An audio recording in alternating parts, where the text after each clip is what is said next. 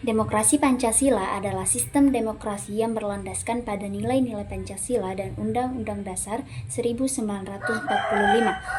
Demokrasi ini menempatkan rakyat sebagai pemegang kedaulatan tertinggi, namun tetap dibatasi oleh nilai moral, persatuan, dan keadilan sosial. Ciri utama demokrasi adalah mengutamakan musyawarah mufakat, menghargai perbedaan pendapat, menjunjung tinggi persatuan, menyeimbangkan hak dan kewajiban, dan menegakkan keadilan sosial. Di era digital, demokrasi diterapkan melalui yang pertama penyampaian pendapat di media sosial, yang kedua partisipasi politik secara online, yang ketiga diskusi publik melalui webinar, podcast, dan forum digital, yang keempat pemilu berbasis teknologi oleh Komisi Pemilihan Umum.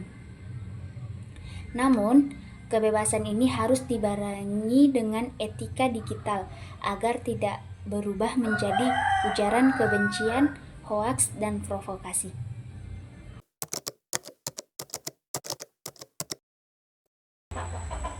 Contoh kasus nyata. Salah satu kasus yang sering terjadi adalah penyebaran hoaks dan ujaran kebencian di media sosial. Terutama menjelang pemilu, banyak pelaku diproses menggunakan Undang-Undang ITE karena menyebarkan informasi palsu yang menyesatkan masyarakat. Terus analisis keadilan hukumnya itu harus adil karena hoaks merugikan masyarakat luas, menimbulkan keresahan sosial, mengancam stabilitas negara.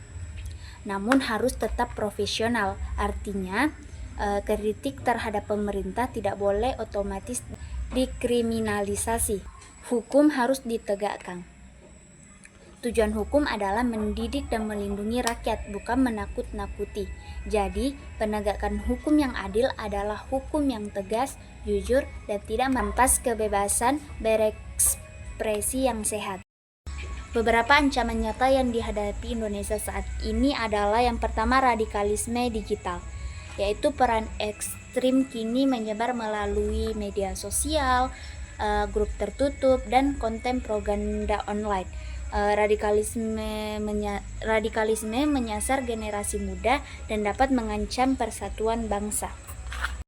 Kedua, hoaks dan disinformasi.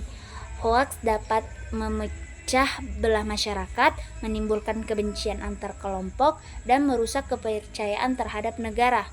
Terus yang ketiga, perpecahan sosial dan polarisasi. Perbedaan politik sering berubah menjadi permusuhan, saling serang di media sosial, dan hilangnya sikap toleransi.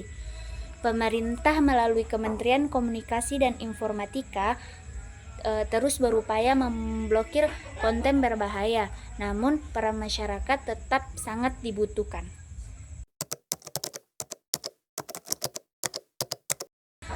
Bela negara tidak selalu berarti angkat senjata, tetapi juga melalui peran intelektual, moral, dan sosial.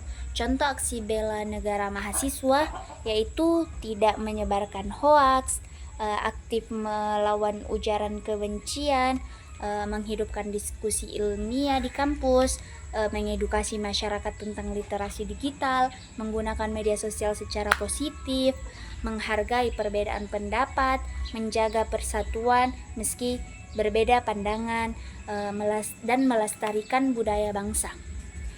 Mahasiswa itu adalah agen perubahan dan benteng moral bangsa di era digital. Demokrasi Pancasila di era digital memberi ruang kebebasan yang luas, namun juga menghadirkan tantangan besar seperti hoaks, radikalisme, dan perpecahan bangsa. Oleh karena itu, penegakan hukum yang adil, penguatan wawasan kebangsaan, serta aksi bela negara dari mahasiswa sangat penting untuk menjaga persatuan dan ketahanan nasional Indonesia. Yaitu belajar sungguh-sungguh, aktif di kegiatan sosial, dan menjaga toleransi serta persatuan sebagai mahasiswa Indonesia. Agar masa depan bangsa adil, bebas korupsi, dan suara generasi muda benar-benar didengar. terus mengembangkan ilmu, ikut proses demokrasi dengan cerdas, dan menjadi teladan dalam menaati hukum. Indonesia bukan hanya diwarisi untuk dinikmati, tetapi untuk dijaga, dirawat, dan diperjuangkan oleh generasi masa depan.